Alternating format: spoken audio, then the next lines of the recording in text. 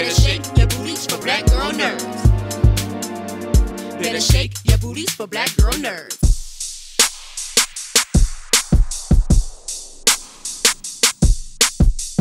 Miss Paquin, I tell you, I already really liked this season. Season one. Season one was excellent. I got attached to Robyn and the other characters, but season two took me on a whole nother plane. And I thought about your character Robyn and highly evolved people, like your Serenas, your Kobe's, like people who were just at the top of whatever they choose in life, and how you have to have kind of an emotional disconnect to be that close to greatness. But this season, we're getting a deeper dive into who Robyn is and who the other ladies are. And if it's possible, can you have emotional qualities when you're that close to greatness like Robyn is? You know, her job kind of is, it's her baby, it's her life, it's her primary relationship, and she puts all of herself into it. So there is a very real, way in which without it, who is she? And she's spent her entire adult life helping other people achieve amazing things, and taking care of their oopsies here and there, and cleaning up the mess. But she there's kind of it without that sort of part of her sort of existential angst is she's put everything she has into this one thing, and very much at the expense of the other major relationships in her life and the other aspects of her life that on some level she wants to engage in but kind of can't. When I think about the journey, it reminds me of like a seismograph, for earthquake. It's like this, and then that's a really good analogy. And it's just all over base. And despite that, and it can be destructive and chaotic, there is still this warmth that you just want to gather Robyn up, even though she's probably going to cut you in the process of coming in. And what is it about Robyn? Because we know how she is and how she deals with people, but what is still that quality about her that keeps making you want to root for her, to get it? I think there's little moments where you kind of see where her real moral lines are and where boundaries that she's actually not willing to cross. And a lot of them have to do with protecting more vulnerable women.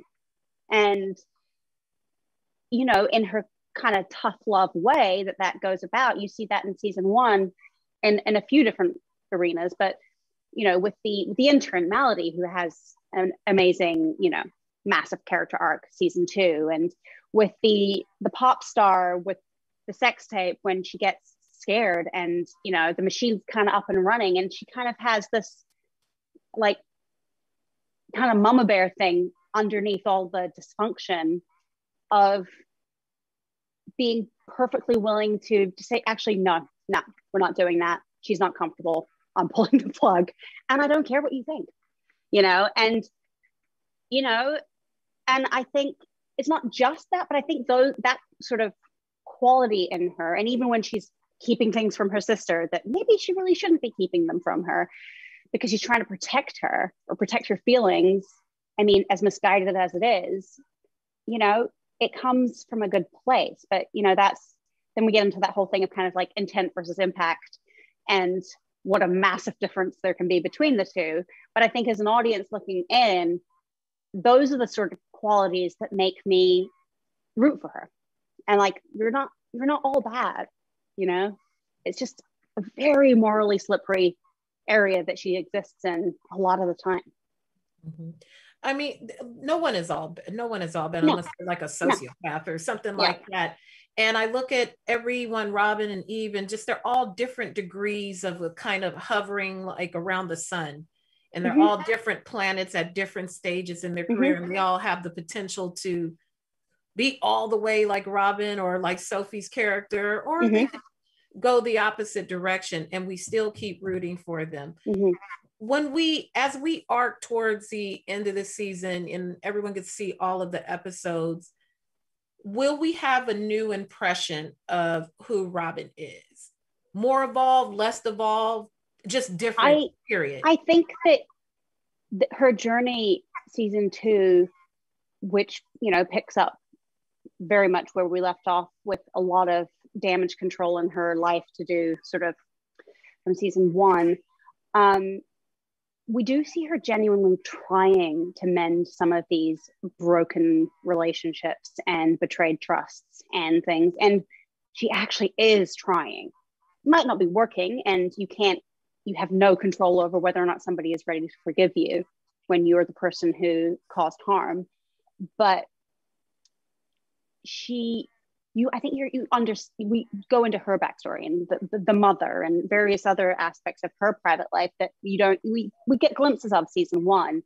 And it's not that we want people to feel bad for her, but it really explains a lot, you know, as far as you get a much more rounded picture of not just who she is with all the sort of the behaviors, but why, you know, and where it comes from. And to me, that's so much more interesting and complex, you know, because I think it's really easy to sort of watch people doing wild, crazy things, but underneath it, there's always psychologically, okay, well, why do you do that? What's actually going on there? And one of the things that we see her not do is try to really address her primary issues, like the drugs and the sex and the whatever, and the crazy behavior is all just a band-aid.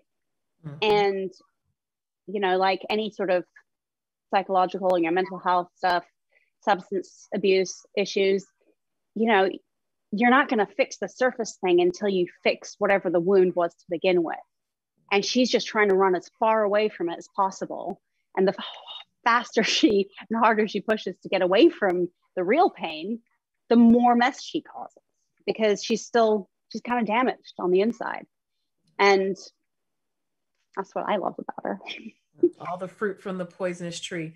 And I have enjoyed many roles of yours over the years, but this by far is my favorite. You are just wonderful at it in the series. Thank you so much. Terrific. And thank you. It is a pleasure to talk to you. Thank you so much for your time.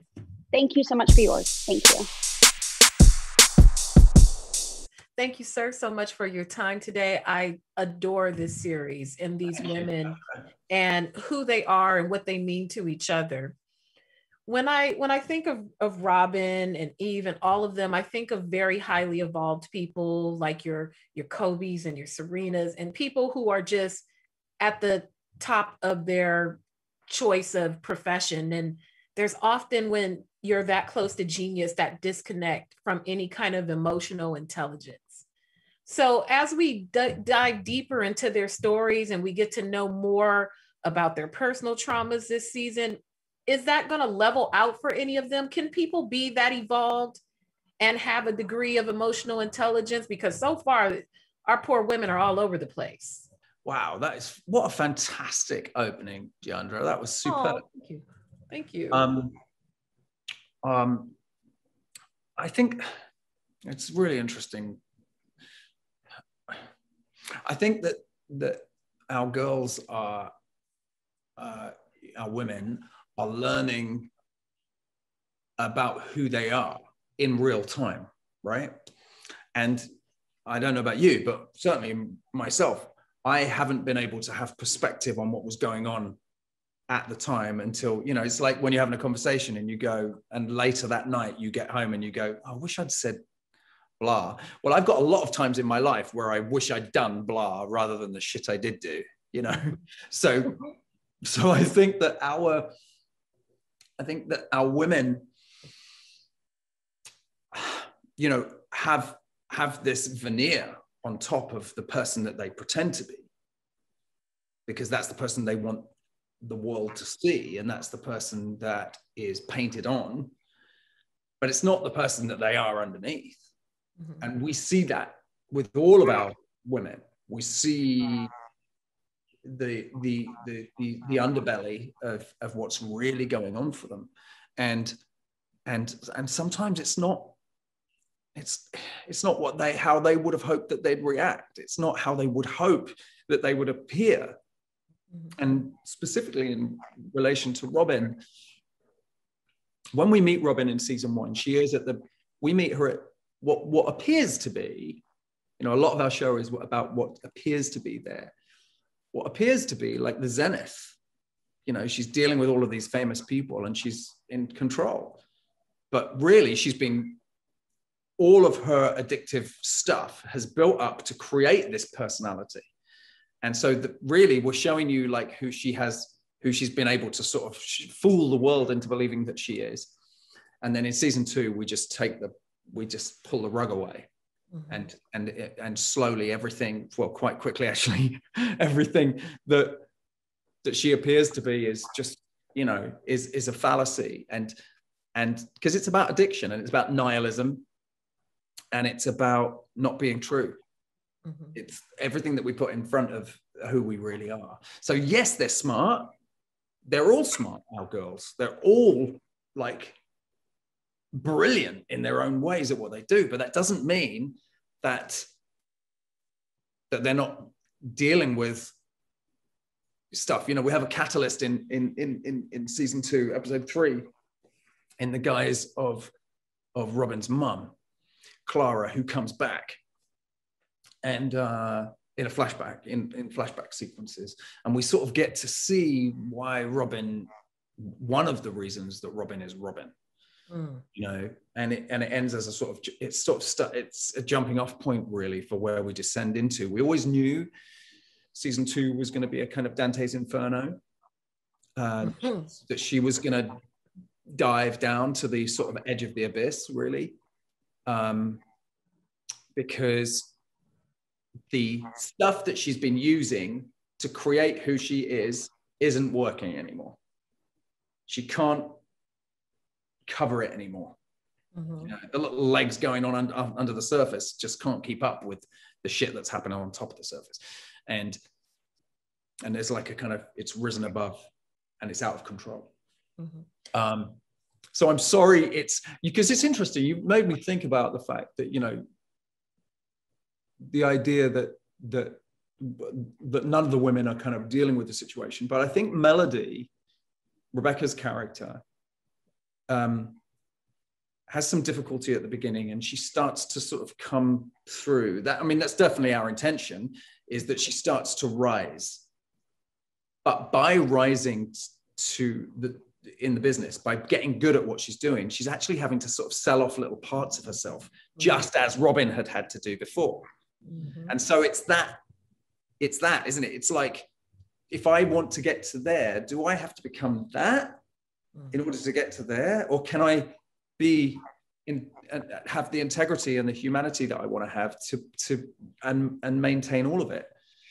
And that's so challenging. I think that's a lot that a lot of people who don't isolate themselves face, and why this series can be so relatable to so many people. Like, I think it's just so brilliant, the storytelling. I mean, all stories, you're being a voyeur if you're an audience, but there's something about these women that you really, really want to lean in and know. And on top of all that security and confidence, they're so vulnerable and they're so insecure, but only we get to see it as the audience. And it's just beautiful. Anna Paquin is fantastic in this show, and she has moved me in so many ways throughout the storytelling of the season. That's just been very relatable to my own life, and I just love it.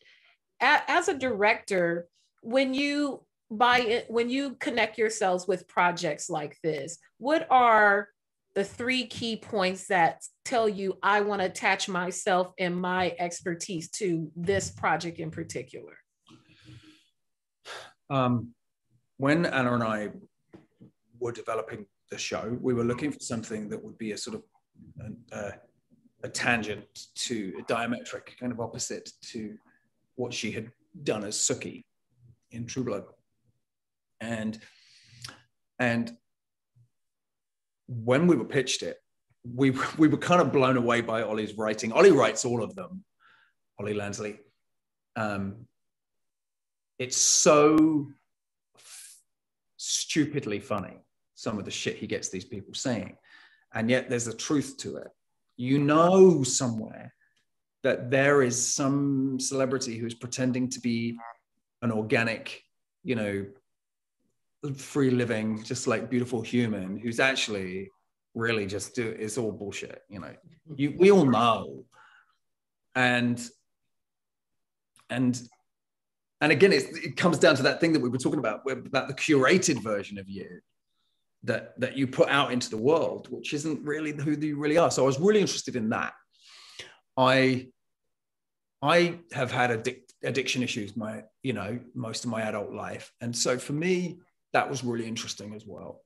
And Anna and I have talked about that a lot, and so it's about, you know, your true authentic self, like putting stuff into the world that, again, the curated version of you, and what that takes, what that costs you to try and be this version. You know, we're taught from a young age, well, don't tell anybody that you did that. Don't tell anybody that that's the issue.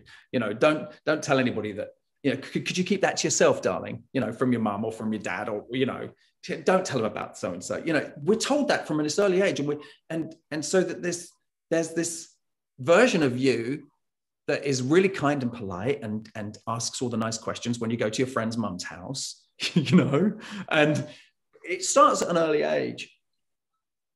And the coping mechanisms that we put in place. So we were really interested in sort of delving into somebody who appears to be completely in control, who absolutely and utterly is not. And getting to tell that story as a director was, you know, a lot of fun. I could talk to you all day because I'm crazy about this series. I thank you so much for your time. Beautiful work, beautiful season. And I'm very excited for other people to see it so I can talk about it. Thank you again. Thank you so much. Thanks, Jeandra.